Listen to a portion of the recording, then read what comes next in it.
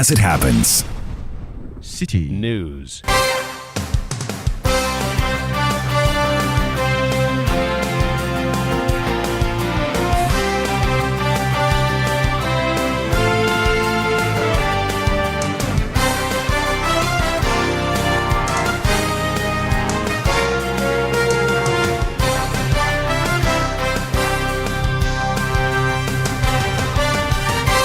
Hello, good evening. Welcome to Eyewitness News, coming to you live from our studio here in Accra. My name is Salom Adonu. Tonight I'm here with Eno Safo. Coming up over the next 90 minutes.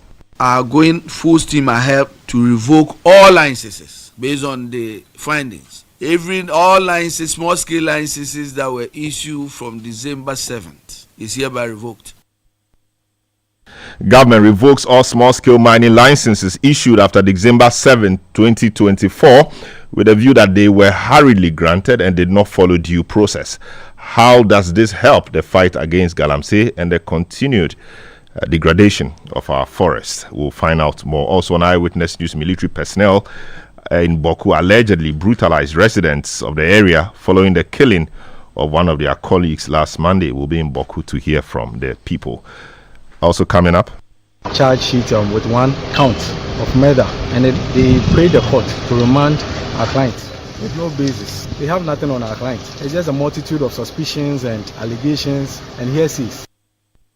Ahmed Suale's alleged killer charged with one count of murder, but the accused person's legal team describes charge as shambolic. We'll hear more from them tonight on Eyewitness News. Stay with 97.3 Citi FM for more on this and other stories on Eyewitness News and in business. Ghana Revenue Authority justifies growth and sustainability levy hikes, says mining firms were consulted. There is more business in the next 15 minutes. Eyewitness News is live across the country on all our affiliates and around the globe at citinewsroom.com. Your comments are welcome via our WhatsApp line 0549 986 996. You can follow me on X at Salom Adunu. The hashtag, as always, is Citi Newsroom. Eno gives us our very first story. A former colleague of the late Ahmed Suale at Tiger Eye PI, Daniel Owusu-Kranting, has been charged with murder in connection with the journalist's killing. He is accused of causing Suale's death through unlawful harm. According to police reports, Daniel Kranting was allegedly near Suale's residence in Medina at the time of the shooting and later left for Amasaman. Authorities claim he fled to the UK in 2019 after evading police invitations. He was arrested upon his return to Ghana on March 15, 2025. Police investigations suggest that Ahmed Suale identified the accused person as the one who provided his photos to Kennedy Japan, a claim Daniel Kranting denies. Following his arraignment at the Medina District Court on Wednesday, he was remanded and the case has been adjourned to April 1. All right, so we'll get to that. But my colleague Hansen Ajiman was in court earlier today and he observed the proceedings in court. He joined us in the studio. Hansen, good evening. Welcome to Eyewitness News. Good evening, Salom. So what's the case? We understand initially he was charged with abetment, but now the charge has been replaced or substituted, changed to murder. What's the case there? So for the police, Daniel Owusu-Kranting has been a person of interest in the killing of Ahmed Suale since the incident happened. They have two issues at the moment which they've made public that links Daniel Owusu-Kranting to the death of Ahmed Suale. First being that they allege he sold pictures of Ahmed Suale to former MP for Asin Central Kennedy Japan, which Kennedy Japan displayed these pictures on his television station Net 2. Aside that, they also say that they have a trail of conversations and information that suggests that before and at the time of the shooting incident, Daniel Owusu-Kranting was within the Medina enclave close to the residence of Ahmed Suale. Apart from this, he left the Medina area at about 11:15 p.m. that same day, and he denied police invitations to appear for inquiries into the matter. And according to the police, he fled out of the country to the United Kingdom, where he has been since then. However, he returned in March this year and he has since been arrested. So based on these, the police believe that he's linked to the death of Ahmed Suale, essentially being the main guy at the moment responsible for his death, which is murder. And so he appeared at the district court today. Well, of course, this is a process to begin the committal proceedings for a bill of indictment. The judge presiding over the case even questioned the police if this was the entire evidence they had, because in the wisdom of the judge, making the pictures available and also being within the vicinity of the crime may not be conclusive enough. But however, she granted the plea of the prosecution to remand the accused person for further investigation. Because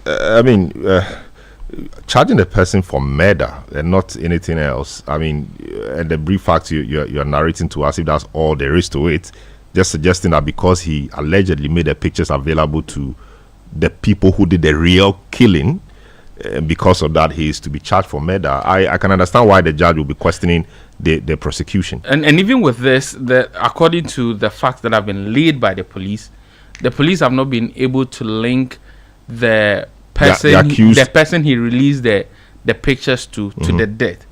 All they've been able to say is that Ahmed Suale before his death had indicated that it was Daniel Owusu Cranton, who was a colleague with him at Tiger IPI, who made those pictures available to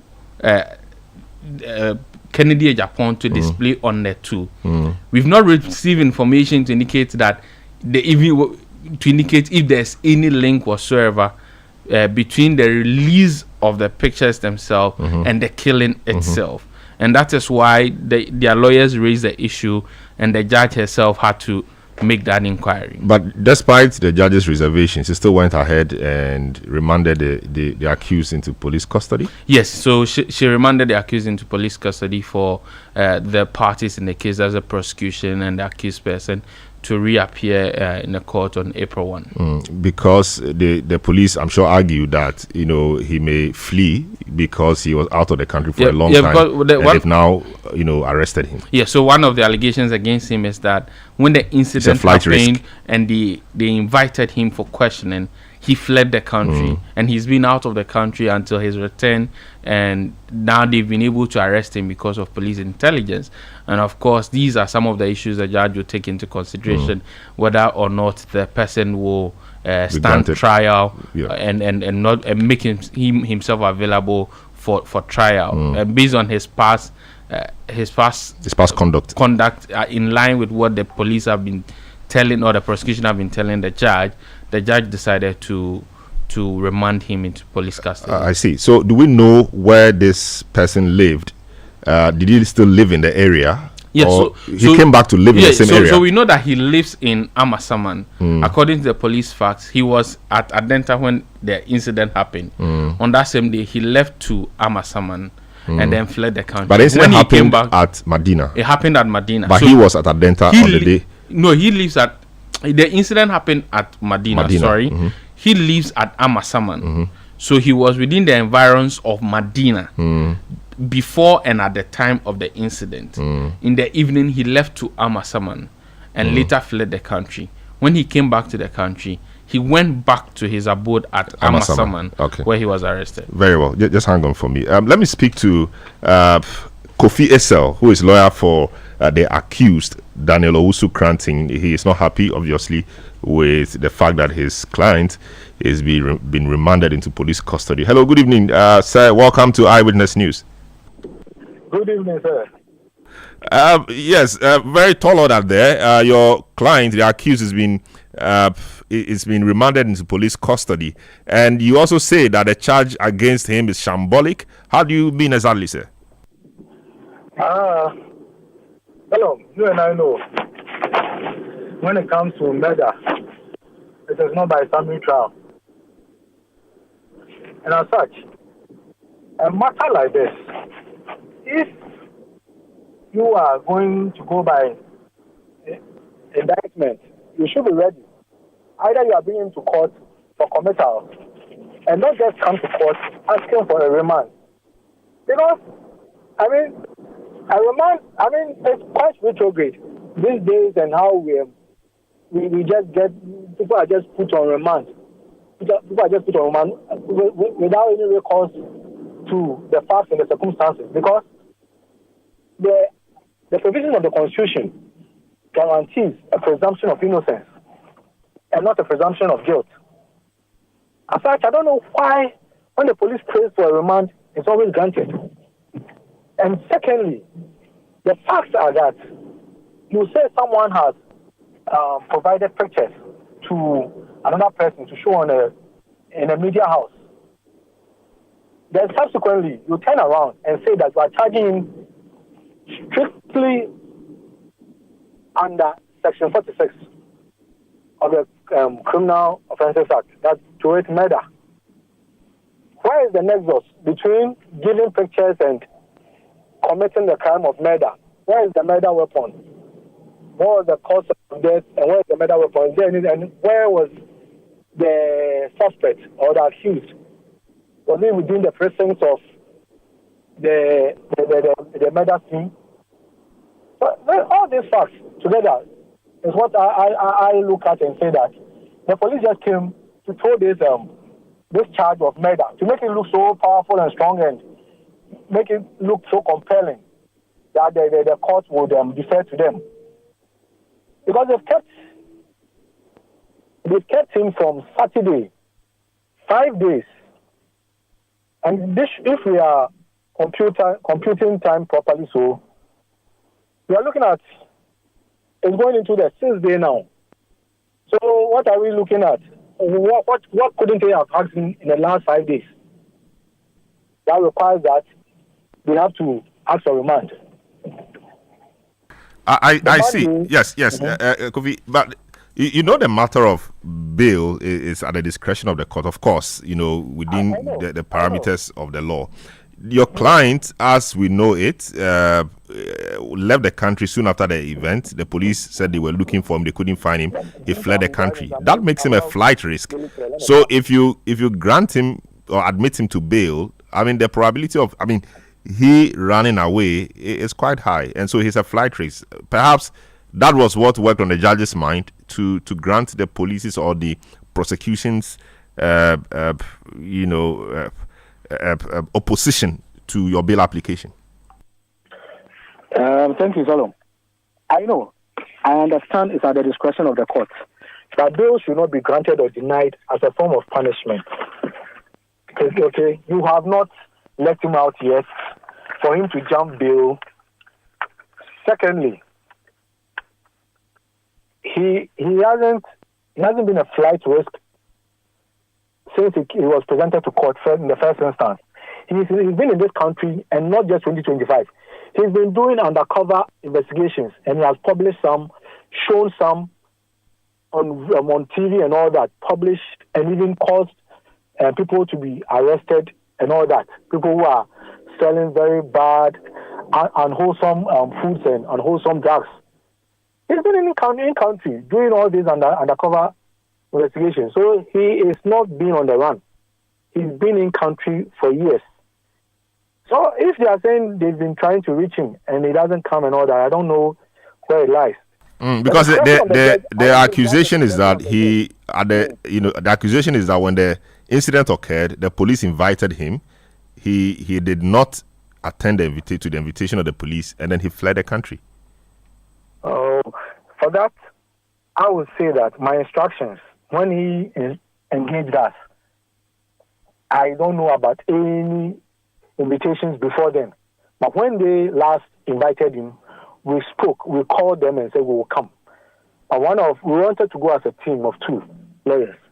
One had an emergency, and in the heat of the moment, running and taking the child to the hospital and all that, we couldn't even get back to the police officer. And before I realized, the very next weekend, he was arrested and taken in. I see. So yes, those are the facts around why we couldn't honor that invitation. But we're willing. We called them. If they will be candid about it, we called and they said we'll come. As far back as 2019, when the event occurred? No. Just 2 weeks ago. We're talking 2 weeks ago. when he came engaging us proper.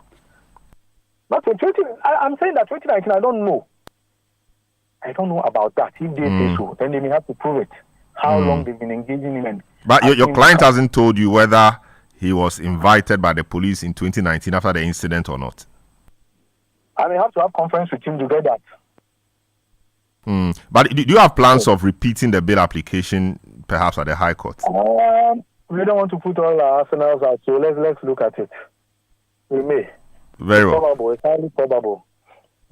Very well. Thanks so much, Kofi SL Esquire, lawyer for the accused Daniel Owusu-Kranting. He has been charged for murder in the case of Ahmed Suale. Eyewitness News on 97.3 Citi FM. A few of your messages that you've been sending through to us. Mausi ABI and the Volta region says, I support the remand of Daniel Owusu-Kranting as it is crucial for justice in the murder of the investigative journalist Ahmed Suale. Transparency is essential in this case, and holding individuals accountable is vital to honor Suale's legacy. Justice must prevail to safeguard journalistic freedom and ensure that such acts of violence are not tolerated. Daniel Akpaluok in Sandema says, it is clear that Ghana is now working. When you have the right people in the helm of affairs, justice is served all manner of persons, regardless of political affiliation or background, thanks to JDM and his government. Davis in Committee 25 says, the Honorable MP who displays the pictures of Suale is walking about freely, and one who is alleged to have provided a picture is already in court. My God, Ghanaians are not angry enough, you say.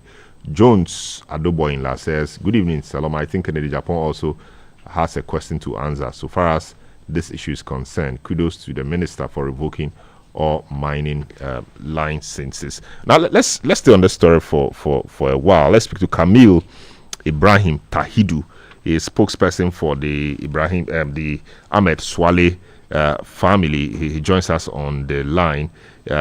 Indeed, he was the petitioner in the matter. Hello, good evening, sir. Welcome to Eyewitness News. The state or the republic has apprehended one person, Daniel Owusu-Kranting, in relation to the death of your relative. How does that make you feel? Well, good evening, and good evening to your listeners. We have been waiting for this for a long time, so at least the family feels much better of hearing this news. It is a welcome news to the whole family. I see. Well, were you in court today, if I may ask? In fact, I was not in court because I was not in town this morning, and I heard of it later after they had gone to court. Of course, it's been 5 years going to 6 years, or even 6 years. It's 6 years actually since the unfortunate incident happened. And how is the family feeling? And every now and then we hear that there's some progress on the case, and we don't hear anything again, etc. So this particular one that has been to court should actually be something your family should be happy about and looking forward to a conclusion on. Yes, the family is very happy. At least we are now, it looks like we are now seeing something being done. Because for 6 good years, and anytime we go, they will tell us we are on it. At a point in time, we were kind of giving up on it, because anytime you go, no news, we are on it. Anytime, no news, we are on it. So this is a very welcome call, at least. We have heard there's someone in custody and has been arranged for court. It's a welcome call to the family. We know that this gentleman has been on the radar of the police since 2019 when the incident happened. Did you know about that? Did you know about this specific or this particular gentleman? Yes, please. What did you know? What did you know? What did you know about him? No, he used to be Ahmed's colleague, and I think there was an incident after which he was being dismissed. I don't know, will I say because of the dismissal anger or it was already in his plan, and he because he had some of the data with him, or whether he stole the hard data from their office, and before we knew or we heard of, it was in the hands of 10. I see. So when the police arrested him, were you informed as a family? Okay, in fact, we saw it in the news trending. It was only this afternoon I spoke with the CID. In fact, he also said they tried reaching me and he couldn't get me. So I think we are okay. All we want is justice. So whether informing us or not, I think once justice is served forever. I see. Thank you so much. We wish you the very best, and we continue praying that justice will be served, and that the real, killers of your relative and our colleague will be found and punished in accord with law. Thank you so much, Kamil Ibrahim Tahidu, who is spokesperson for the Ahmed Suale family. The police have in their custody one gentleman, Daniel Osu-Kranting, who we understand used to be a colleague of Ahmed Suale at the Tiger Eye PI, and the allegation is that he provided pictures of Ahmed Suale to Kennedy Japan, who displayed the pictures on TV. And the case is that it is the display of those pictures that led people to know him, see him, and target him for killing. As you may well know, they are aware investigative journalists, and so they disguise themselves, and so you wouldn't know their real faces. So, leaking or selling the pictures, as it were, to whoever to be displayed for their real identities to be known appears like a major issue for the police. And so the police, for that reason, for now, without more, has charged the gentleman for murder. We wait to see whether this charge will be able to stand scrutiny in court. Eyewitness News on 97.3 Citi FM. Kennedy Onipayede says the court should jail the perpetrators who had a hand in killing Suale. Zalix Dwayne in London says we just need justice. Nyoja Bright in Nottinghamshire, United Kingdom, says the police need to do a thorough job in this matter. Why has the person who displayed Ahmed Suale's pictures not been arrested for his role in the matter? Kennedy Japan and his media house have questions to answer. No one is bigger than the law. Aka Paul Jr. and Avumim says, he's speaking about revocation of licenses, which we are yet to go to. We'll take a short break. We'll return and bring you more. Don't go away. Eyewitness News. Be there as it happens. Oh, jump on now. Go. Google me. At what time when you come back where I don't hear the sound of your car? Why you buy new car? No, I not change my car. It be the same right. It be the fuel way I change. Way one shouts it. Ever since I started using the all-new Excellium Premium Fuel, fortified with 3-in-1 action. Oh, Joe, now my car they run like electric car. No, it's so. This is the type of fuel where they want to. Because now engine they cost. Where they want for way if I buy it, it go protect my engine. And with the small way I buy, I go drive, sir. Absolutely. It's like strapping a turbocharger to your engine and giving it a protector. And what they bust my mind, Seth, be the 3-in-1 action, no? Excellium, they prevent up to 99% of deposit. It be anti-wear, some be anti-corrosion. Won't pay when I open them. Hey, so where can I find this magical fuel? Just head over to any Total Energy service station and your car will thank you. Hey, then make a finish my gobe fast, then rush go Total Energies. My friend, but why your hand my gobe inside? I give you info. Make a fill the gobe too small. Go. Yo, Pana. Excellium is designed to protect your car engine, decrease fuel consumption, and lower CO2 emissions. Don't say fuel, say Excellium. Choose Excellium, choose quality. Every day, people have money emergencies. Ma, I need my school fees.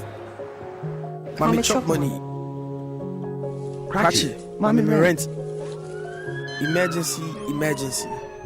Now, there's a new emergency number in town. More money, challenge and enjoyment. At the top life we got. Dial *770# for money emergencies and chop life. For emergency access to your bank accounts, transfers, utility payments, loans, and more. Dial *770#. Bank on the go even without data with EcoBank's short code for digital banking. EcoBank, the Pan-African Bank.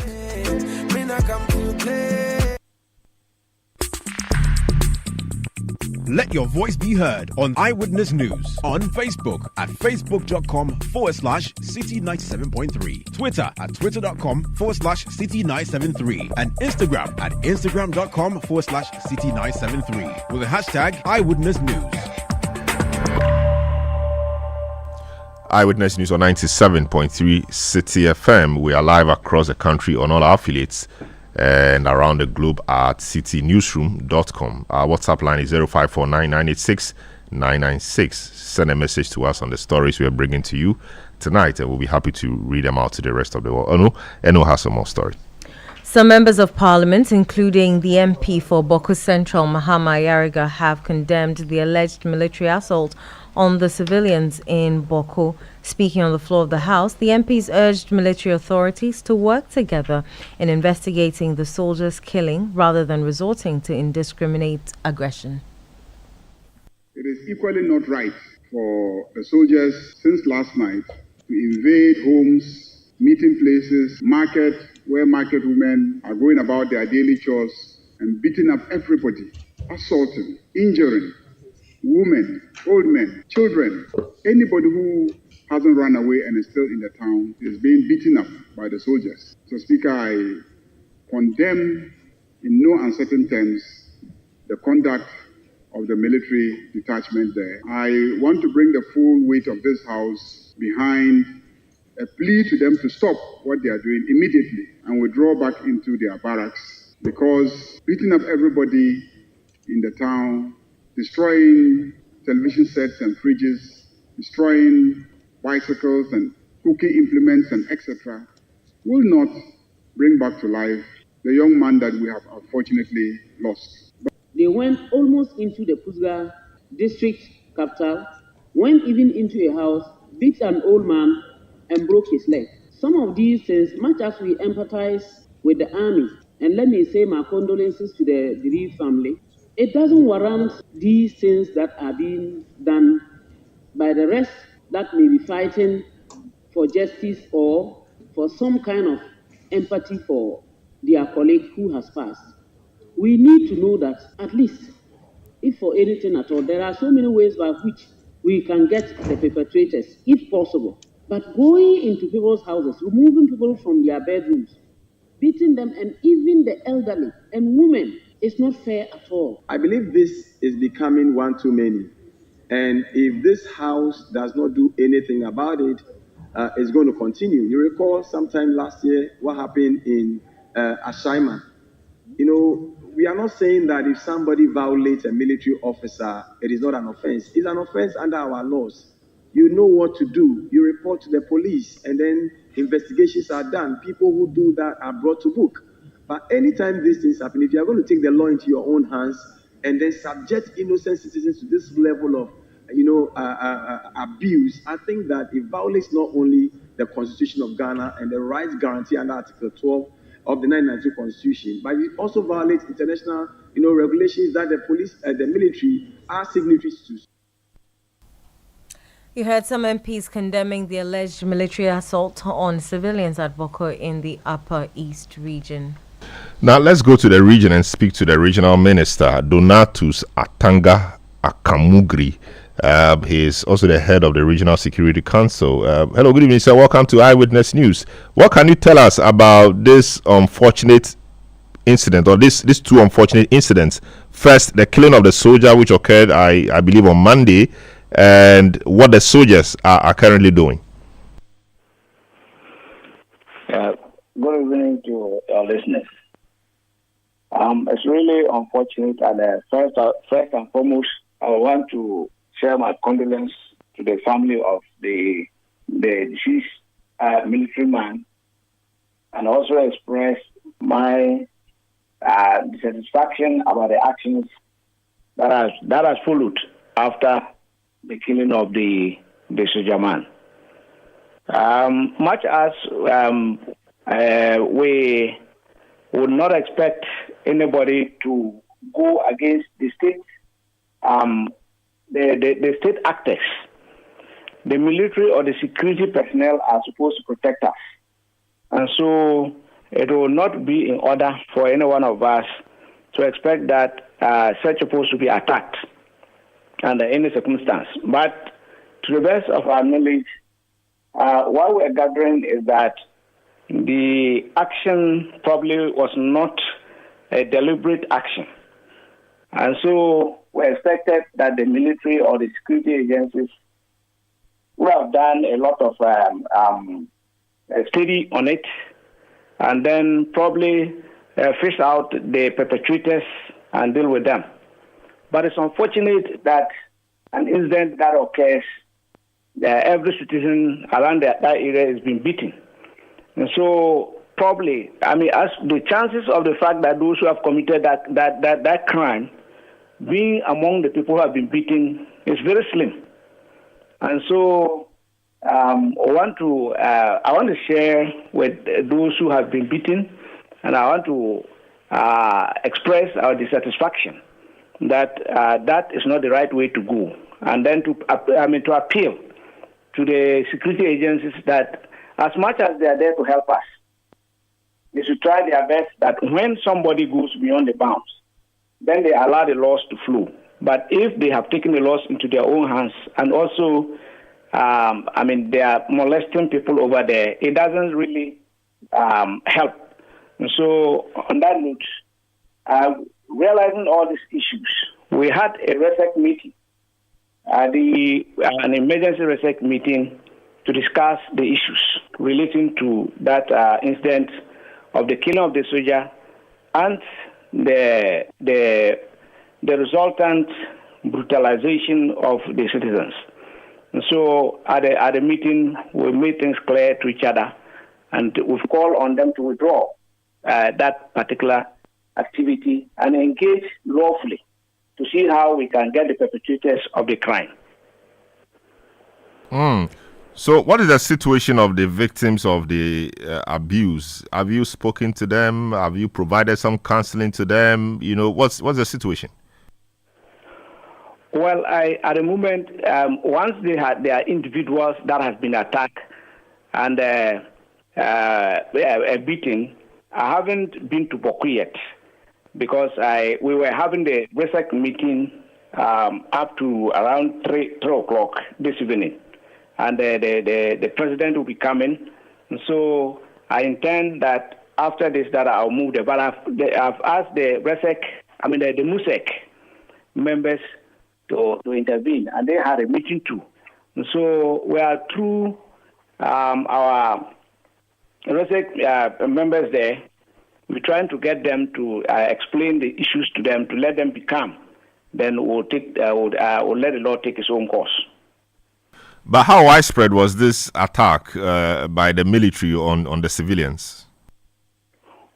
Well, to the best of my knowledge, I am told that where the incident occurred in the Boku Central, but I also had some information that some people also in Pusiga also attacked.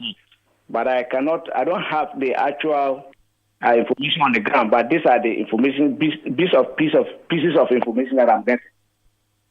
So from what you were hearing, does it appear like the soldiers had a target in mind, or they were just beating anybody they saw on their way? Well, probably I cannot. I've just thought that they are out of emotions. That probably in the patrol, their usual rounds. Maybe anybody who comes into their way, probably they will visit some kind of beatings on them. But I don't believe that it is just targeted at a particular community alone. If so, it shouldn't have gone to Pusiga as they are talking about. But if it happens that the soldiers, some of them are around Pusiga, and then some people are also attacked over there. The killing was done in Boku Central. And so I do not expect that it should be in Pusiga too. So as we speak, the people could be in fear that the soldiers would return to beat them again. What assurances can you give them? What have you put in place? Measures have you put in place to ensure that the soldiers will not return to brutalize the people further? Well, as I said earlier, we have had the RESEC meeting this afternoon, and I've appealed to the military to withdraw. And the commander, according to the commander, he has asked them to withdraw. Anybody who's carrying out that exercise to withdraw and go back to their barracks.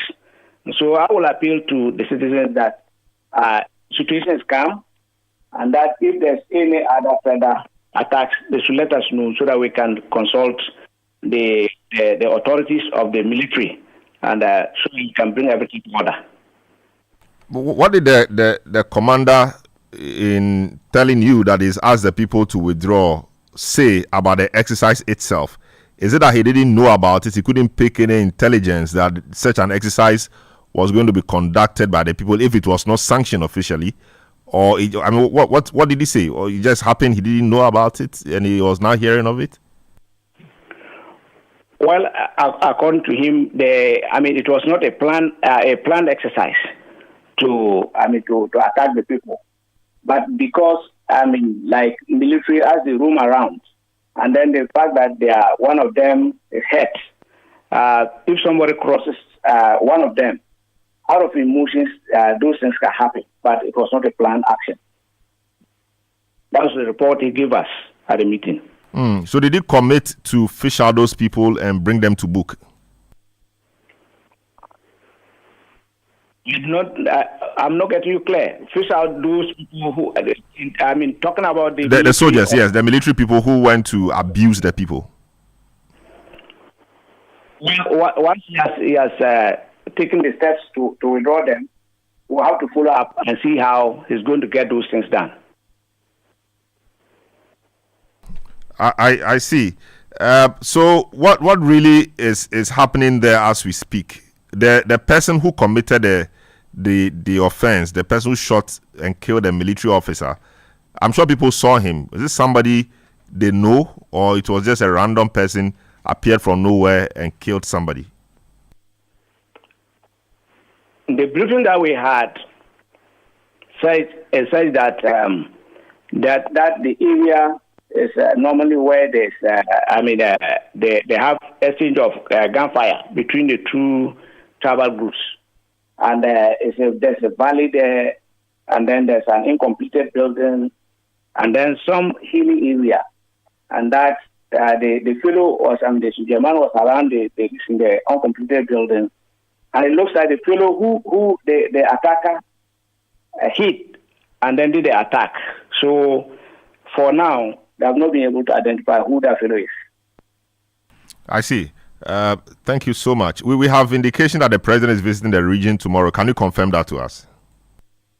Yes, that is one of the reasons why I've not been able to move to the Boku, the incident area, because we're very busy preparing also to receive the president. This schedule was done not knowing that anything can happen. And once the program is to take place tomorrow, we needed to also prepare. Maybe once it's coming in, it will also go a long way to talk to other opinion leaders concerning this crisis too. So actually it's on course. The president will be in Upper East region for a thank you tour tomorrow. Very well. Thank you so much. The Honorable Donatus Atanga Akamurigri, the Upper East Regional Minister, for speaking to us on the matters in Boku, where we understand that some military personnel went to town to beat or abuse some residents because one of their colleagues was killed on Monday by a civilian. Eyewitness News on 97.3 Citi FM. Eno has some more stories. The Ministry of Lands and Natural Resources has revoked all mining licenses granted after December 7, 2024 in an effort to combat illegal mining. The decision seeks to restore degraded forest reserves and water bodies. At a press briefing, Sector Minister Emmanuel Amakufibua revealed that out of 9 forest reserves affected by illegal mining, 7 have been reclaimed. He assured that further measures will be taken to protect the country's natural resources. Based on the advice and the recommendations of the key committees, jointly with the minister, supported by the EPA and the Minerals Commission, Forestry Commission, Water Resource Commission, we are taking the following steps. We are going full steam ahead to revoke all licenses based on the findings. All licenses, small scale licenses that were issued from December 7th is hereby revoked. Whether you have EPA licenses, because the finding is very clear. Those licenses from December 7th were rushed, the due processes were not followed, and the right things were not done. People will have the opportunity to appeal to make sure the right things are done. But our whole focus is to make sure that the right things are done against illegal activities in our water bodies. I'm proud to inform you that we announced at the beginning, when I took office, I went to Parliament and announced that 9 of our forest reserves were completely taken over by thugs who are destroying our forest. I'm proud to tell you, with the cooperation of the security agencies, the military, we have taken back 7 of these 9 forest reserves. We are working very hard to make sure that the other 2 is completely also. So we are close to taking over our forest reserve. We are working day and night, thanks to the support of the Ghana Armed Forces and the Defense Ministry. The minister further stated that all existing community mining schemes will be disbanded and replaced with small-scale cooperatives to ensure that mining activities benefit local communities. The existing community mining schemes are in name only, as I've said, although the basis for which they were funded were to benefit the community. However, the findings indicate that this is not the case. They are to be disbanded and replaced with small-scale mining cooperatives that actually serve and benefit the communities. These cooperatives will be formed after due diligence with the communities involved, properly represent the communities. So in other words, the community mining schemes that were giving small-scale mining, the investigation across all these mining communities is very clear. They do not represent the communities. And so in that case, we with immediate effect, banning all of that, basically, and reviewing them and turning them into community mining cooperatives after due diligence and engagement with the communities to make sure that indeed those are community representatives. You heard the Minister for Lands and Natural Resources, Emmanuel Alma Kofi-Boa. Let's speak to Darrell Bosu, who is Deputy Director at Arocha Ghana. Arocha Ghana is a conservation NGO, and they are so interested in our forests, and anything that goes against our forests, they do not like. Darrell Bosu is the Deputy Director at the Arocha. He joins us now. Let's take his view on the progress being made. They've been also at the forefront of the fight against galamsey and the destruction of our forests. Hello, Darrell. Good evening. Welcome to Eyewitness News. The minister appears to be talking tough and be moving, and he's moving. How does this, latest step come to you? Revocation of all small-scale mining licenses issued after December 7. That should be some progress that should make you happy? No? Yeah, good evening to you, Solomon. And I think, yes, I definitely agree with you. We must commend the minister for taking some of these bold steps. I mean, we've always been on anticipating that these things will be done. First of all, it is very good to hear the ministry come out to say clearly that they are revoking all licenses issued after December 7. And I think that is very necessary because, I mean, we've had issues with the licensing regime, the issues with due diligence, and also the manner in which within a short time somebody can apply and then be able to get without going through the necessary, sometimes environmental impact assessments and all of that. So it is very good to hear the ministry take this step. But I think we also want to avert their minds to the fact that it is not only small-scale mining that needs critical audit and assessment.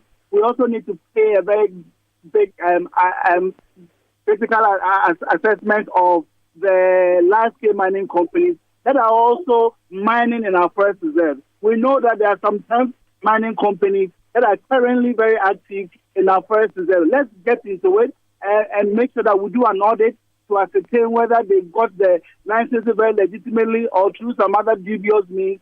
Let's do that as well so that it's not just a small-scale miners that are affected.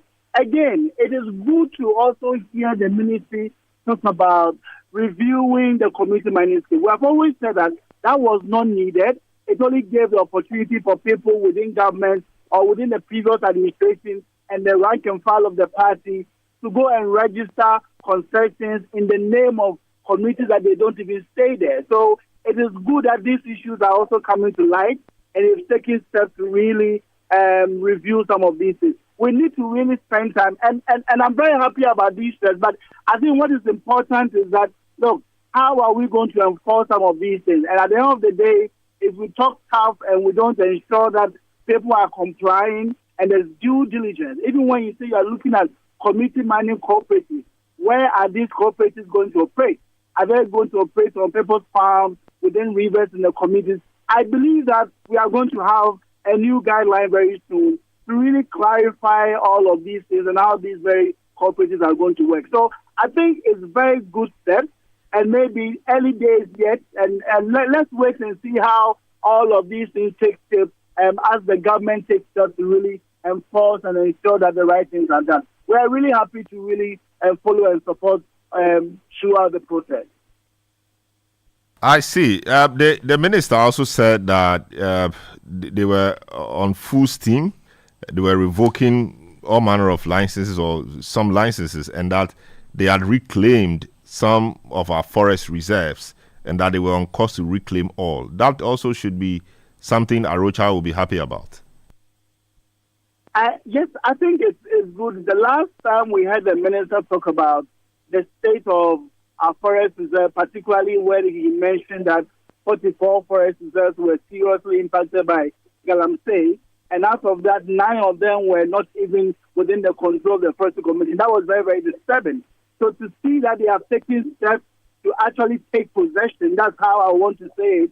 They're taking possession of the management of these forest reserves and able to get rid of the illegal miners out of. I think that is very good to really know. But that means that we now need to move in and see how we can restore these forests. But I think this is still baby steps, I would say, because there's still a lot more to do. We need to make sure the miners don't return, as has been the case when the miners are cleared from the area. Within a few hours, a new group goes back there. So these are things we still need to keep an eye out for and make sure that we don't have a reoccurrence of this development. I think it is still early days, and like I said, baby steps. There's still a lot more we need to do. But definitely we need to commend Honorable Emmanuel Amabua for being this bold and taking these extra steps.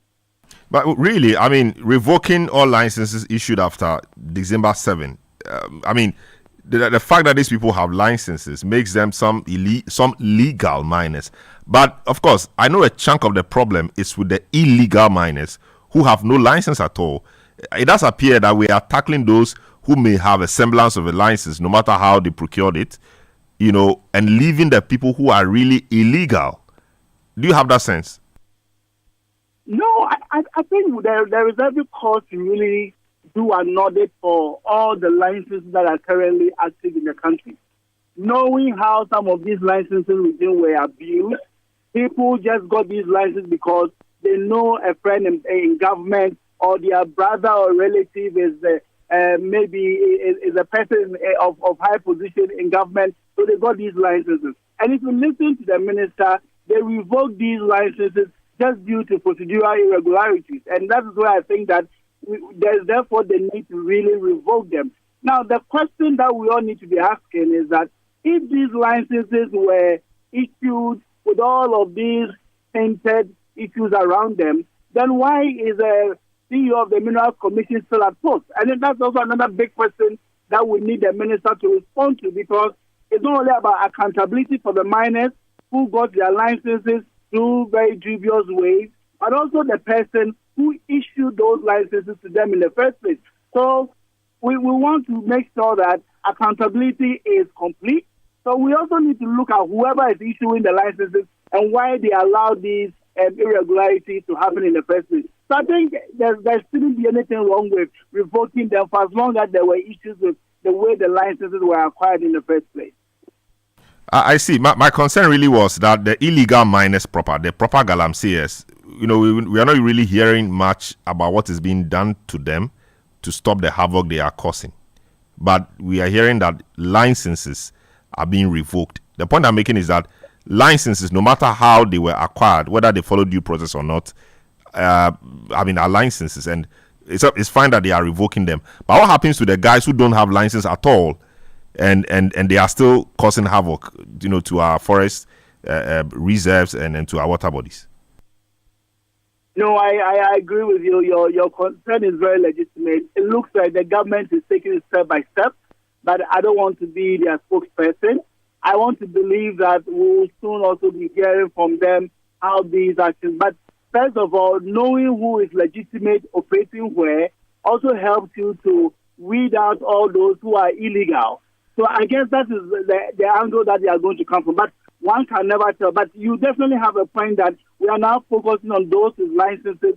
What about those who are operating without license at all? And I think that the team needs to be on the ground and start now shining their light on all the various people who are. But the best way to do it is come from the angle of knowing who is on the ground, whether anybody, for example, in the Kochoku area, is if there's any legitimate license in that area, knowing how many are there, then you can then decipher who shouldn't be there and who should be there. So I guess it's a matter of approach, and eventually, hopefully, they get to that end. Very well. Thank you so much, Darrell. Always a pleasure speaking to you. Eyewitness News on 97.3 Citi. Yes, Darrell Bosu is Deputy Director at Arocha, Ghana.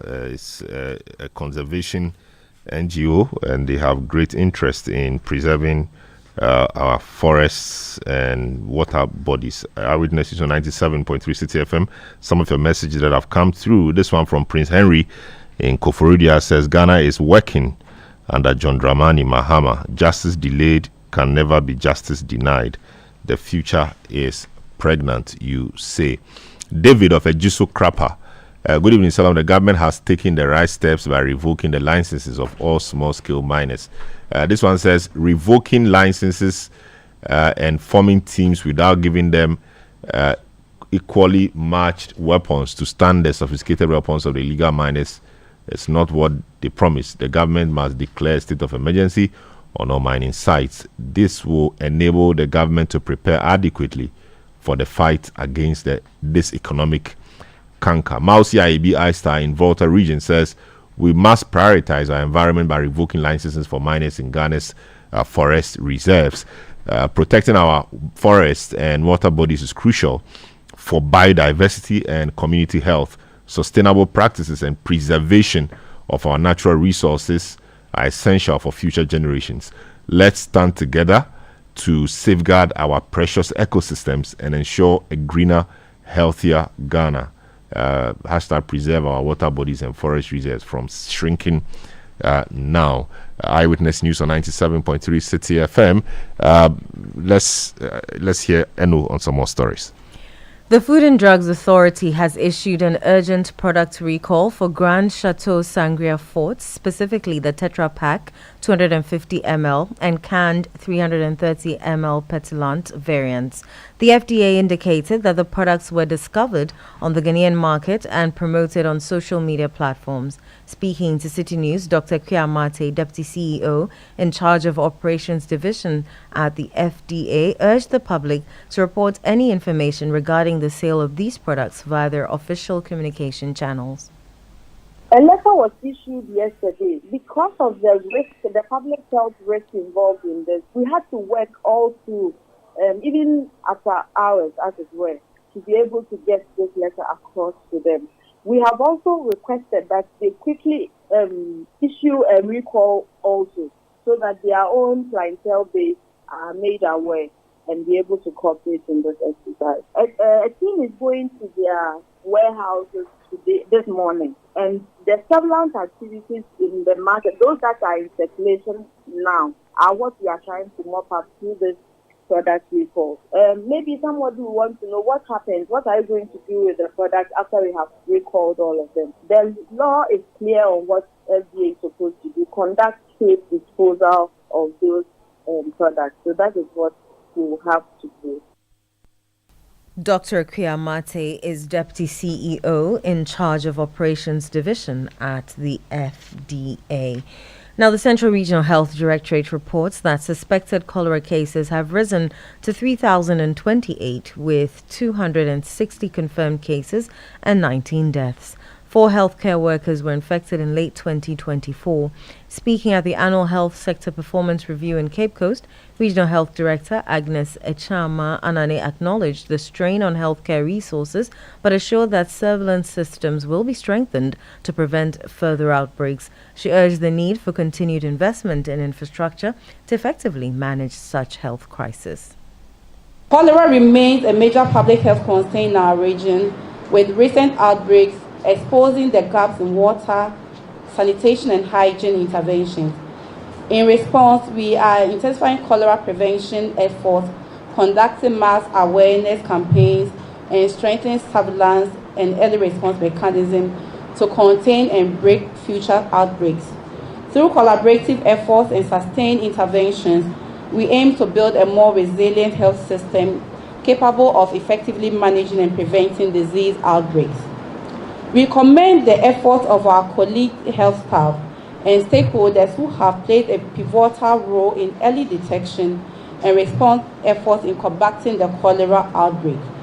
Your tireless efforts, resilience, and selflessness in providing critical healthcare service, often under challenging conditions, to protect and save lives is commendable.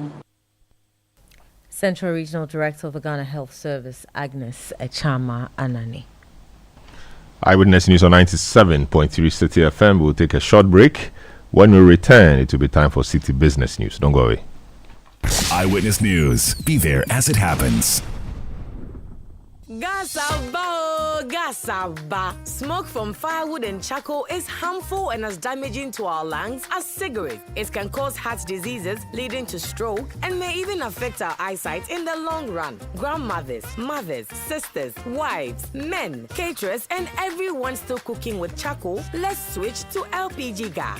The National Petroleum Authority has introduced the cylinder recirculation model in collaboration with local partners to make gas more accessible in all local communities. Whether you own a cylinder or not, join our CRM initiative. Simply show up at any exchange point near you with a small down payment to receive a filled cylinder or swap your empty one. Regular safety checks will be in place. Say ebisa musemo or gas. Afedia gasaba.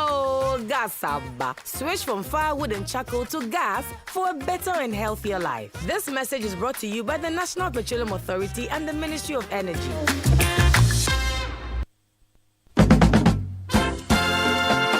This year, something magical is happening. A celebration of tradition, flavor, and community. Welcome to the Back to Your Village Food Festival 2025. Taste the heart of your heritage with mouth-watering dishes from across the country like Ademe with Akple, Tozafi with Ayoyo soup, Kokonte, Apapransa, Rare Quine, and many more. From rich spices to sweet treats.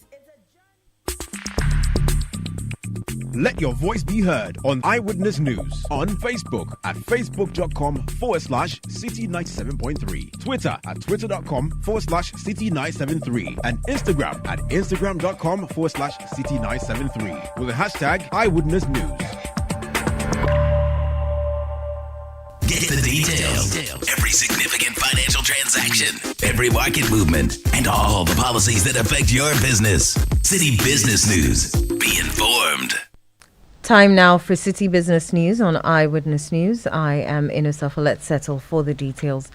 The Commissioner General of the Ghana Revenue Authority, Anthony Sapon, has affirmed that mining companies were engaged before the government's decision to raise the Growth and Sustainability Levy from 1% to 3%. While the 2025 budget scrapped some taxes, it also introduced higher levies, including the increased charge on mining firms, a decision that has raised concerns among industry players. Speaking at the 2025 Post-Budget Forum organized by KPMG and the UNDP, Anthony Sapon defended the levy hike as part of the government's strategy to boost domestic revenue. If you look at the last year, you see that gold prices have more than doubled. What it means is that for every ounce of gold that we expected to sell at a certain price, that price has increased twice. In Ghana, we don't have a tax law on what we typically call windfall tax. In other countries, if such a situation happens, the law allows the state to be able to take part of the revenue coming from the incremental prices as revenue. At the moment, we don't have that in Ghana, but we do have the Growth and Stabilization Levy. So the engagement we have had with some of the key miners was to have this conversation and to be able to increase the taxes, the Growth and Stabilization Levy to 3%. So indirectly, giving us an opportunity to rake in some revenue from the increase in the gold market prices that these miners are going to enjoy. But in the medium term, we will then need to look at our law and the framework to ensure that we also create the windfall tax provisions in our law so that when these things happen, we can then take advantage of properly. That was the Commissioner General of the Ghana Revenue Authority, Anthony Sapong. The Executive Director of the Institute of Statistical, Social and Economic Research, Professor Peter Korte, has criticized the government's decision to abolish the betting tax. He argues that the revenue should be channeled into productive youth development programs rather than scrapped entirely. Speaking at the Institute's post-2025 budget statement review in Accra, Professor Korte stressed that at a time when Ghana is seeking to boost domestic revenue, eliminating a tax that targets a rapidly growing industry could be counterproductive. 2021, we are told road toll brings us 71 million, 72 million, brought us 72 million cities. Betting tax is around 140 million. Now, we want to introduce road toll, which is lower, and give out betting tax, which gives more. I don't know. Some of the decisions are very populist. I know the young ones who bet will not be happy with me. But I, for one, I am against this thing. You bet, you get earnings. I pay tax when I do consultancy. I pay 20% of my consultancy. Honorarium, I pay 20%. Bet, you've earned income and you are paying something. And you say it should be free. And because of votes and populism, we allow this. People want to turn betting into a way of work, like employment. No, tax and use the money to develop something for the youth, the young ones. It's not a sustainable thing. That was the Executive Director of the Institute of Statistical, Social and Economic Research, Professor Peter Korte. The Ghana Bauxite Company has dismissed what it calls misleading claims regarding its sale to local firm Ofori-Poku Limited. GBC's response follows allegations that the company was undervalued and sold under a conflict of interest. Ghana Bauxite Company Limited refused claims about its sale to Ofori-Poku Company Limited, insisting the process was transparent and met regulatory standards. In 2010, Ghana's government declined to acquire Rio Tinto's 80% stake, leading to its sale to Bosai Minerals. In 2022, the government again opted out, allowing Ofori-Poku Company Limited to lawfully acquire the shares. They claim that the Ghana Bauxite Company Limited was valued at $12.5 million in 2022 and is now worth over $1 billion is inaccurate as valuations change with investments and market conditions. Ofori-Poku Company Limited has since improved efficiency and output. The Ghana Bauxite Company Limited denies conflict of interest allegations and dismisses claims that Ofori-Poku Company Limited is secretly owned by a political financier. It also clarifies that insider trading laws apply to public companies, not private transactions. Daniel Sakite with that report. Now, ride-hailing company Yango is set to hold its second edition of Mobility Digital Awards aimed at recognizing its top-performing partners and drivers. The company underscored the initiative to advance digital transformation in the country, with public-private collaborations playing a crucial role. Speaking to the media during the launch of the award ceremony, the country manager for Yango Ride in Ghana, Tom Ofonime, said the event will be held on April 10, 2025. However, this year we're extending it not just to the winner for the driver of the year, but all top 10 drivers are going to be getting rewards in order of what's important to them. So from fuel coupons to mobile phones and data, we're extending all that to these drivers that will be winning in 2024 year. This year's award will be on the 10th of April by 6 p.m. at the Accra Marriott. We will be rewarding fleet partners for their exceptional service, ranging from partners that have the highest number of drivers to partners that have the highest number of cars to the ones that provide the best support and various categories in that order, recognizing the achievements that they did in 2024 calendar year. Altogether, there will be 15 awards that will be given out that night. That was the country manager of Yango Ride Ghana, Tom Ofonime. And that's all for City Business News on Eyewitness News. I am Inu Safo. Up next is Points Blank. Eyewitness News. Be there as it happens. Oh, jump on now. Go.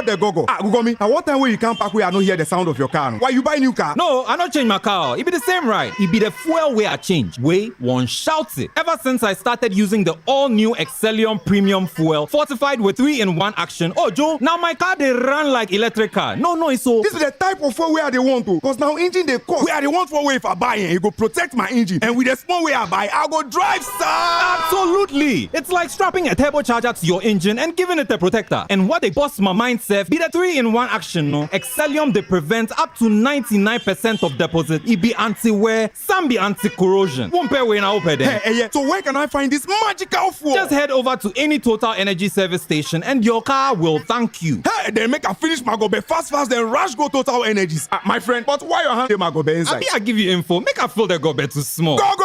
Joe Pana. Excellium is designed to protect your car engine, decrease fuel consumption, and lower CO2 emissions. Don't say fuel, say Excellium. Choose Excellium, choose quality. Football's magic never fades, even from the couch. The sound of halftime banter, replays at the touch of a button, sharing with my chosen crew, pure game magic. It's like I'm there, but with a better view from the comfort of my home. Priceless. From the March 3rd to April 30th, pay with your MasterCard, online or in-store, and stand a chance to win a unique priceless viewing experience of the UEFA Champions League final for you and your friends. MasterCard, proud supporter of non-stop fans. T's and C's apply. Eyewitness News. Be there as it happens.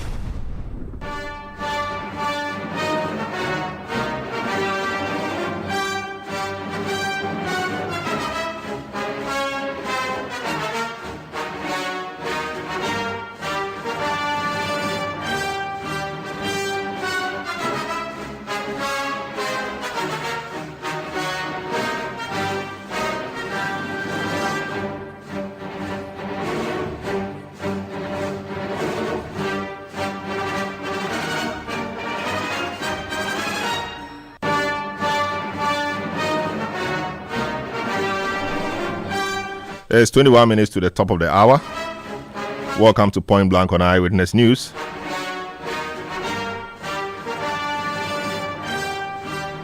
Tonight on Point Blank, our guest is the Member of Parliament for the Bosumi Frehu constituency in the Ashanti region,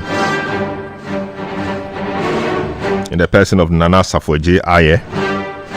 He's a first-time MP.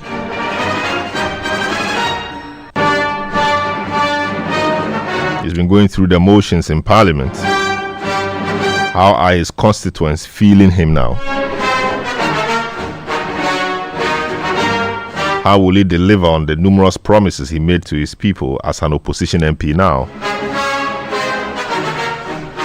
And many more. Good evening, Honorable. Welcome to Point Blank on Eyewitness News. Charlie, good evening, my brother. How are you? Good to have you. Yes. First time MP, I mean, from Bosumi Frehu. It is close to Bosomche. Bosomche, oh, okay. So that is where the name is coming from. I see. The name is written Bosome, and then the Fre is also another river. Oh, okay. So Bosome and Frehu. Frehu. Oh, okay. Bosumi, Frehu. And Frehu. Oh, I see. That's quite an interesting one. Sure. I see. How has it been in Parliament? How many weeks? 8-9 weeks in Parliament. How's it been? Yeah, I think it has been a thrilling experience. I would first and foremost appreciate the constituents for giving me such an honor. I mean, it is a huge privilege for all the people, over 60,000, for all the people they have to choose from. I mean, they found me worthy and then they chose me. I must be extremely grateful for the honor they have given me. I mean, if you look at the side of the MPP, I am the last person you ever think that I will be in Parliament from all takes and sides. So I am extremely grateful. And in the House too, I would be grateful extremely to the leadership. I mean, one, we the MPP, the mighty minority. So now that you people call yourselves mighty minority, when people call you micro minority, you take it in your stride as well. No, we want the mighty minority. Okay, and others, and others want micro minority. Why would I call you a name? I heard one the last time. Anyway, you know what?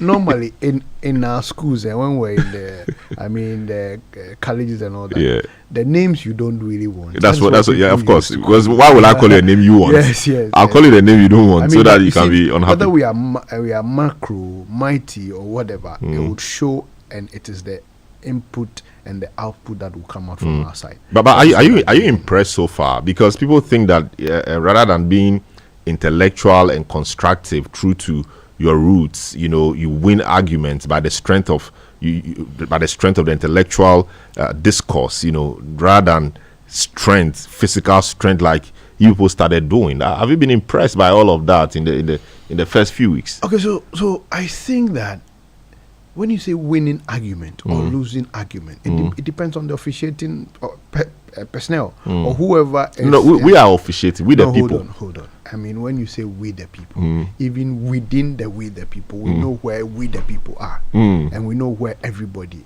who's until the elections or after the elections, a lot of people didn't even know where a lot of the so-called neutrals stood.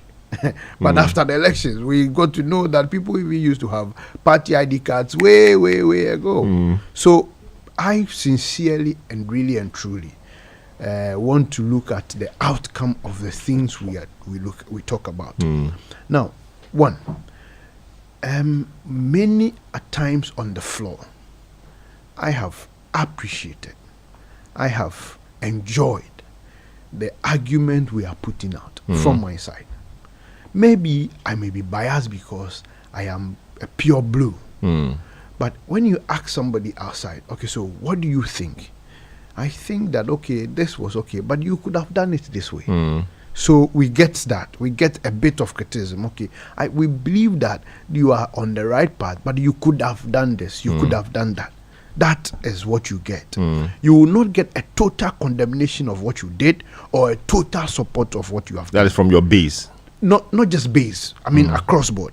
Across board. Because almost every sane Ghanaian condemned how you handled, the vetting that degenerated into that chaotic scene. So you see, that was terrible. See, I wasn't there, but I can promise you that if I was there, perhaps I would have supported what the minority did. Let me tell you one thing. You have supported the chaos. Not the chaos. But I would have supported the dismantling the tables. I would have supported the fact that we keep to the rules of the game. Now, we have what we call the business committee of the house. The business committee of the house at every Friday will come with the business for the ensuing week. In that business for the ensuing, they are scheduling for the vetting. So Monday we'll have this, Tuesday we'll have this, Wednesday we'll have this, until Friday. Now, on that Wednesday, you remember that there was this Oliver Bakavomawo invited to meet the committee about referring or saying or alleging that the committee have taking money to pass people, etc. So Oliver was invited to the committee to appear before the committee. Now, so on Wednesday, the committee spent its time dealing with the Oliver Bakavomawo's issue. So, and don't forget that. As at that time, we had not formed the committees. Per our standing orders, we have the 11-member standing committee who are the vetting or the appointment committee. Then at every sector, you have the sector expert or the if the committee had been formed, you have the chair and the vice, and you have the ranking and the deputy ranking joining that committee. So, because the committee have not been formed, when they prepare the scheduling for interview, for vetting, they would inform all the sector committee or the sector experts that, okay, so in the field, in the side of MPP, when it comes to foreign affairs, we have Honorable Amprechum, we have Honorable Abujinapo, we have Mavis Nkansa-Boadu, we have Charles Oredu, we have myself, we have a few people. These are people who are expert or sector field, expertise people. So they do that. Now, because the Wednesday interview vetting didn't happen, all the Wednesday vetting were pushed to Thursday. That was what the caucuses, when they go to enclave, that was what they agreed. Now all the Thursday would go to Friday. So on Thursday we were doing the Thursday ones. Even I remember walking to leadership to ask them that, are we having the Honorable Kujeto vetting today, because I am supposed to be on that committee. It didn't happen. Oh, because we have gone to agree, so we are not doing it. So we'll do it on Friday. That was the understanding. So every member, the names I've mentioned, all of them left. As at 9 o'clock, I left Parliament around 10 o'clock. We left. Only to be told that, I mean, the NDC side had scheduled the Kujeto to be vetted. And we felt that you don't abuse the rules because you have the numbers. You see, the Ghanaians gave you the numbers, yes, but they didn't give you the numbers to abuse the system. That is not what they did. So in the quest to ensure that the right thing is done, I mean, this one, don't do this, okay, don't put this here, I'll put this here, don't put this here, you would have a little fracas. Yeah, but people say that as honorable people, there are rules, yes. I agree. If you disagree, there's a way to do it, because in any case, you didn't have the numbers. I am not and fighting and throwing tables and chairs, dismantling and destroying property is not part of the rules. I am not justifying that. The members of parliament are human beings as well. I mean, I have followed a lot of parliamentary proceedings across Africa, across the world. I followed. We thought we were good and different, and we're never going to get to that stage. There are people who are even, but you see, some of these things, it happens because of the passion and the energy, and I mean, the emotions people attach to a lot of this politics we do. So our leadership, our side, you remember Honorable Fenyo Markins on the Monday after the suspension of the 4, on the Monday, I mean, made a good case and then apologized. And Speaker went ahead to reinstate or bring them back, something we had a different position to it, but we had to go on a very different angle because Parliament is masters of their own rule. And after that, a whole lot of investigation is ongoing. But we believe that, yes, that which happened was not the best, but we both sides could have handled it differently. So that is one thing we believe that had been a minus of the 9th Parliament. But I'm surprised that, you see, maybe let me sound a bit controversial, there were worse things that happened in the 8th Parliament, and we saw nobody talking actually and really about them. So we are surprised that these same people who found what happened at the 8th Parliament, I mean, okay, and justified it and praised it and tried to even say that the NDC is even holding NDC MPP to the fire and trying to make sure that the right thing is done and protecting the public purse. These same people had issues with it. So my point, this is personal. I think this is personal. I think a lot of people I mean, are not being fair. The double standards is being, because people who you see, Parliament, the authority of Parliament is the maze that you see there. Now, when you cross the maze from MPP side and go to the NDC side, technically it is deemed that you've crossed carpet and you must even lose your seat. That is what happened. The maze was there, and the NDC members in the 8th Parliament were marching around it. A highest disrespect to the authority of Parliament. But nobody said anything. We had nothing wrong with it. At least they were not beating or they were not fighting amongst themselves. They were marching. So the beating is your problem? Of course. I mean, that's the height of it. That's the height of irresponsibility of a member of Parliament to be engaged in fights. So you remember when the Ayensuano MP had to hit the sports minister to the point that he had to go to hospital for. That was terrible. That was terrible. And I think I didn't hear you speak. I think we condemned it. But that one, yes, that perhaps could be a one-off. But when we saw people, from both sides engage in a free-for-all fight. I mean, somebody's father destroying property, etc. I mean, that cannot be compared to an errant, irresponsible MP just doing his thing. No, it is not an errant. If you recall, what happened at the state where the speaker's chair, they were struggling over the speaker's chair. Who sit, who do not sit, who do what, and out of that they were brown. You remember that incident? So that was terrible. But you know, I never because you didn't hear it. Lightly. No, you didn't hear it. We condemned it. I mean, we did. Anyway, you see, we like both of us are not justifying it, but I am just trying to say that. And I mean, we can go on and on and on. People chewing ballot papers and swallowing them and all of that. We can go on and on and on. What I'm trying to say is that when it is wrong today, it must be wrong tomorrow. Let it be wrong tomorrow. Exactly. When it wasn't wrong today, don't make a case tomorrow. But people, I'm just I get it, and that's the principle. But unfortunately, you politicians fail that test when you, depending on where you sit. But we think that you are holding us. You are the yes, and we try to do so. That's why we're having this conversation. It becomes dangerous when the supposed neutrals are not seen as neutrals. I mean, I don't know about neutrals, but I know about objective people. People who are objective will say the way it is, who are fair-minded. I think it's nomenclature. But you see, I would want to commend the leadership of my side for openly owning up, taking responsibility, and apologizing. I want to commend them. Sometimes, out of passion and emotion, we do things that on the hindsight we may not do them again. So I agree. But again, I want to commend them. You would notice that the I don't know, but that is what I see, that a lot of work is being done or is going into shaping and bringing the first timers from the minority side to speed.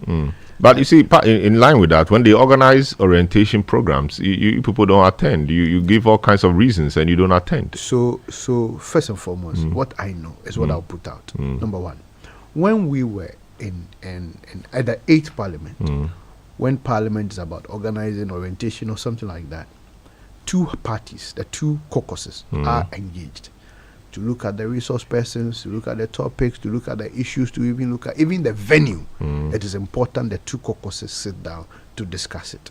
That wasn't done. That's number one. That wasn't done. Number two, the whole independence of this country, celebration of this country, was called off because we don't have much money. Called off. And then rather celebrated at the Flagstaff House. I mean, to demonstrate. I mean, it was called off from the Independence Square. From the Independence Square to the Flagstaff House. To demonstrate that we do not have enough. We are cutting costs. The worker union of this country met to negotiate their salary increment, and we were told that the President of the Republic came to them for that matter. They agreed to settle on 10%. So we believe that there were a whole lot of cost cutting in the system. So for us to also, on that principle, we believe that we could do the training in Parliament. We just the post-budget workshop, we had it in Parliament. It was nice. All the facilitated. Everybody was in Parliament. We have the gadgets, we have the equipment, we have the facility, we have everything, the technology that can help you. So our point was that let's have it in Parliament so that indeed they demonstrate the government commitment to cutting costs. But we were not listening. I mean, they went to, enjoying hope.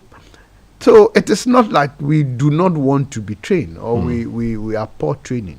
But you could have attended the training, but raise the point later, because now who loses? It meant for you. No, so when we talk about losing, it is also relative. Relative. Because I recall that a few days after, one of your new members didn't do something well, and the majority leader said that's why we organize such programs so that you come and learn. I am surprised that you only hear from that side. I hear but you are the one. You are the one here. When they sit here, I'll put to them what I hear from your side. No.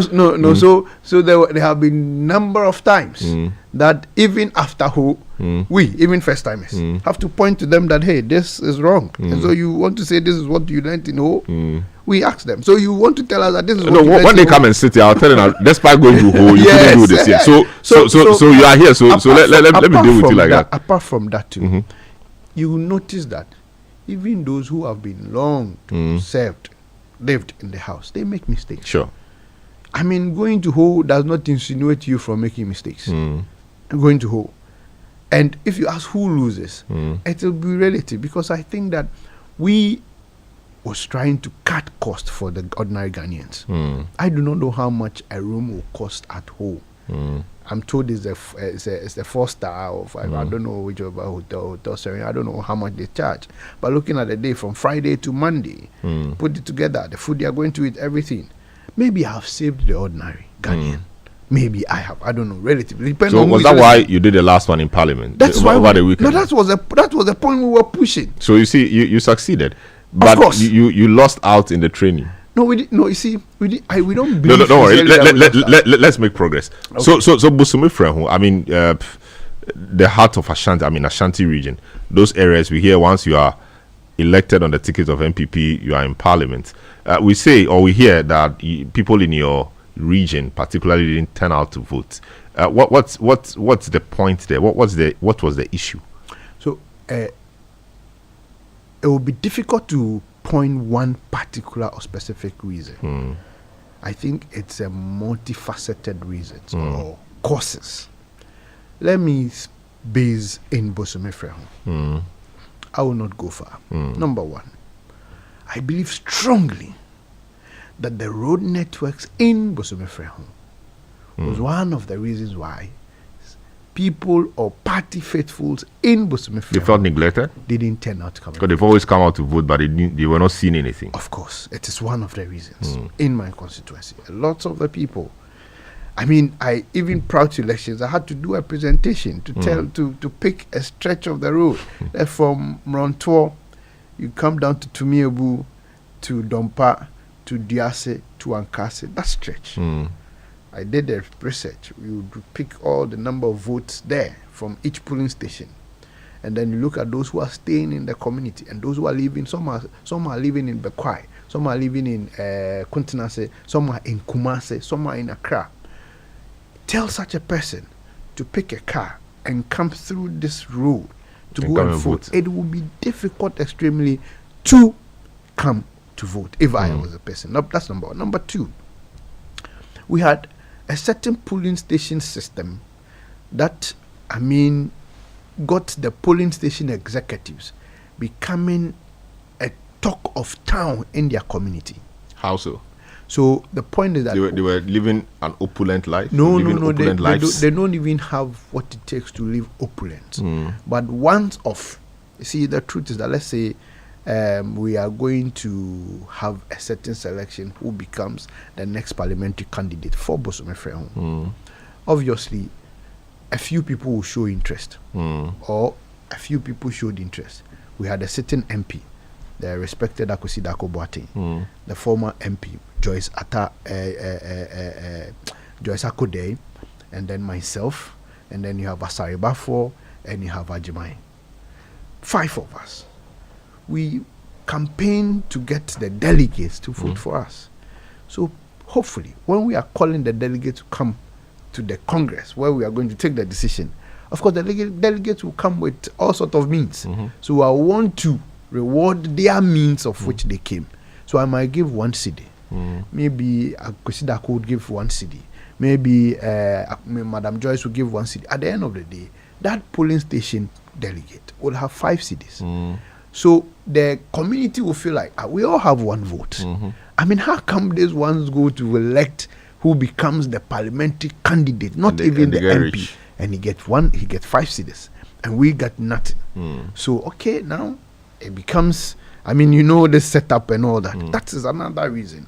Again, even in some communities, I had to go and be begging on behalf of my polling station executives. Why? Because they have had issues to do with the community. Some have issues, chieftaincy issues. Some have all sorts of issues.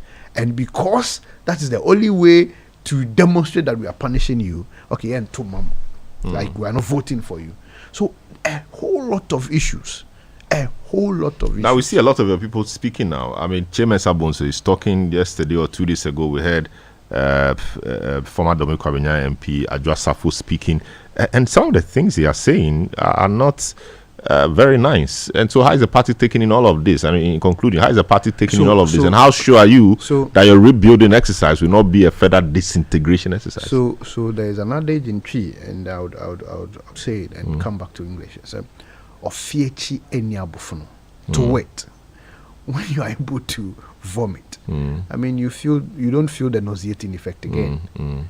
So some of these things, what I will not subscribe to is the medium. The medium they are using. Radio, TV, that is where I do not subscribe to. But they have to vent. But they have to vent. I mean, everybody have to vent. I have my peculiar issue. When I met the committee, I did strongly, but not on radio.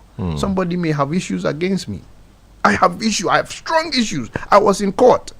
And so, I mean, it will be a reason why I have to go down in that area. I was expecting party leadership to come to that matter and deal with that matter. They didn't. I was on my own. I will vent. Everybody had an individual peculiar issue. Somebody would have called the CEO. The CEO didn't listen or didn't attend to him. Everybody. So we will all vent. But the point is that the medium is the issue. We vent inside, we deal with our pain, then we go. But if you prevent the people from venting, that is where you have hypocrites following you to the next elections. Very well. So allow them do what they are doing, but the medium. Very well. I will not subscribe to the radio, TV, they are on. That's Before you go, address your constituents in just 30 seconds. Okay, so I would thank them for the opportunity they gave me. And like I told them back then in the constituency, I will make them know, feel, and enjoy that they really queued to vote for a member of parliament. Even as an opposition leader. Even as an opposition leader. And I'm doing that heavily, hugely. I mean, today I had the privilege of holding to the feet and floor the Minister for Tourism, Culture, Madam Ablaji Fagomashi. You know, in Bosomefre, we have about 8 waterfalls. They are all not developed. We have the Awam, we have the Bakote, we have the Dane, we have the Subri, we have the Amomoso, we have the Tebri. 8 of them. Abrewa. These are, look, one of them is called the Amomos Waterfalls.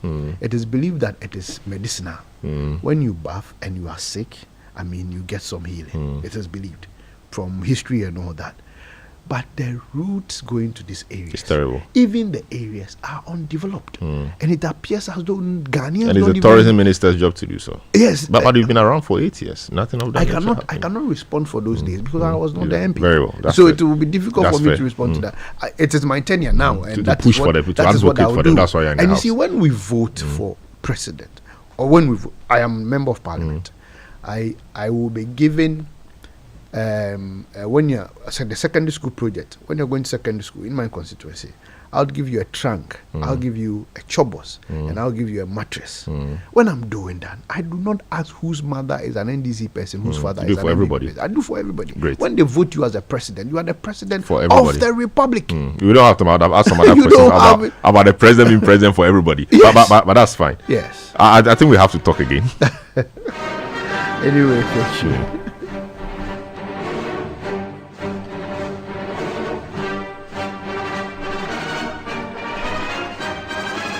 That's a member of parliament for the Bosomefre constituency, Nana Asafueje Aye, is my guest on Point Blank. I think you're a smooth talker. I think we need to do this some other time again. We've run out of time. Thank you so much for coming through this. I will end today's edition of the program. A show produced by Nana Kwabna Wilson, Sami Afe, Beverly in London, Manuel Yama, and Juliana Odami Asari. Technical assistance provided by Daniel Squashi. Earlier you heard Eno Safu. My name is Selom Adonu. Have a good evening.